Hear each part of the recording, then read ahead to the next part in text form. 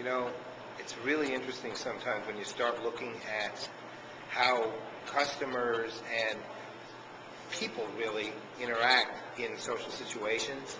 And really what the business problem is nowadays is, number one, how do you actually engage customers in the interactions you want them to have? And number two is, how do you actually begin to measure that?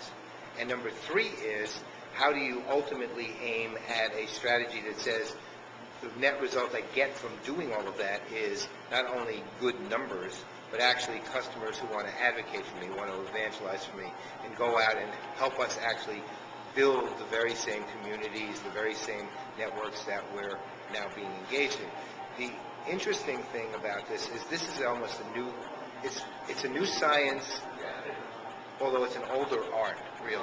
I mean, it's a new science in that we're looking at large enterprises and building communities, say a company like Best Buy, which has consumer communities, or on other levels, a company like companies like SAP, which have communities that are aimed at kind of co-creation and development, and number in the millions when it comes to it. So you have a whole variety, a whole array of communities that are out there where engagement is beginning, but for different purposes and with different demographics and different, as they call it at Gartner now, psychographics when it comes to the nature of the individuals in it. So it creates kind of an interesting question. This, for businesses, they say, okay, well, we can look at Best Buys and we see how consumers respond, and they have some obvious metrics. And SAP has this thing where the developers are collaborating on ideas, and those are really cut and dried capabilities that the company wants. But what about our company? I mean, we have all these customers. All these customers do something. Do we need a community? Why should we have one? Well, let's actually look at kind of broadly why you should have one, and then look at some of the things you can actually do. Customers now, as we've often said, and I'm sure you've seen, are now what we call social customers. Does that mean everybody? No. Does that mean customers who understand kind of digitally how to communicate with each other in a trusted way online? Yes. That numbers probably hundreds of millions of people. Billions of people, though, are affected by their behaviors. Now, you have targets as a company that you're specifically aimed at for specific purposes. Give an example. You're a retailer, and you have an e-commerce site, and what you want to do is you want to actually get people to sell for you and to help you evolve. So what do?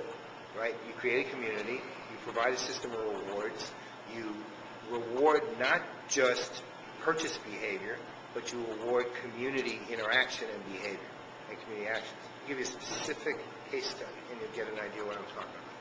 It's a company called Karmaloop. Right? Karmaloop is a retailer. It's a $26 million company.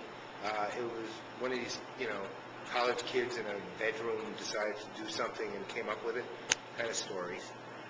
Their return on investment, their ROI in their head, is the growth of the community online that they have so that they can sell clothing.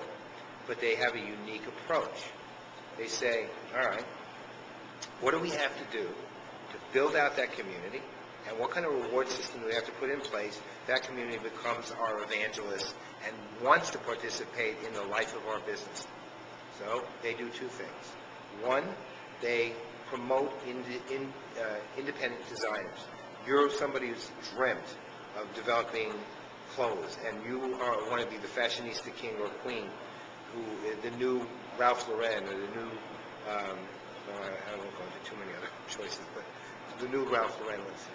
And you have an opportunity here to submit your clothing designs, and then what happens?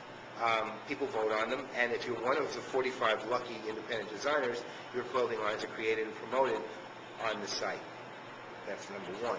Most important when it comes to thinking community and creating mutual value for social customers by engaging them, they have what they call street teams. You know what these street teams do? Really, really amazing. You are a member of the street team. You are assigned a unique number. All right? Now, if you buy clothes from the site directly, you use your unique number. If you get your friends to buy clothes from the site, you use your unique number. If you participate by uploading photos and videos of your activities selling the clothes, you use that unique number. If you recruit someone to the community, you use that unique number. If you participate in an interaction in the community, just a conversational interaction, you use the unique number.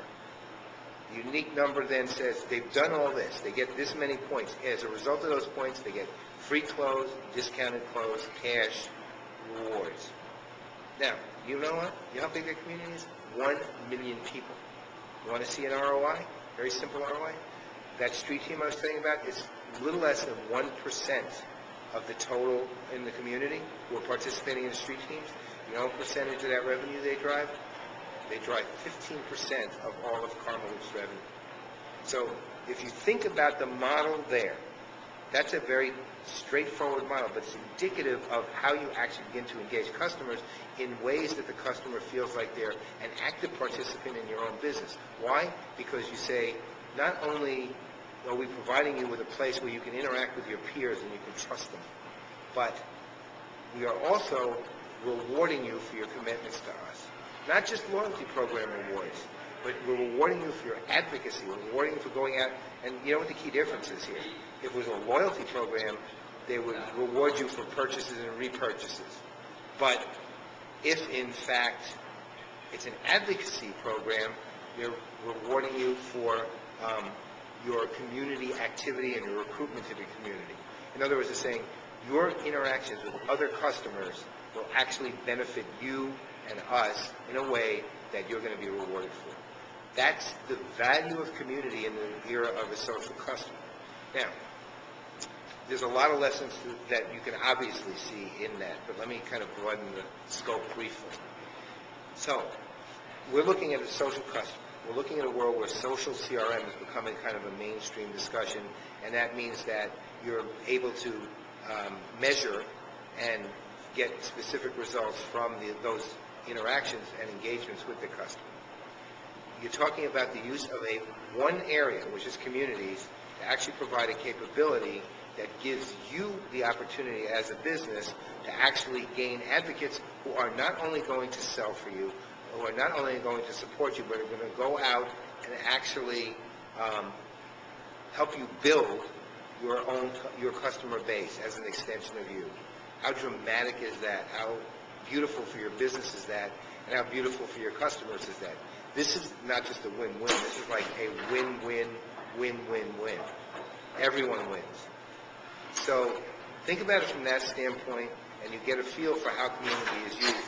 Take that case study to heart, because when push comes to shove, that's your future too.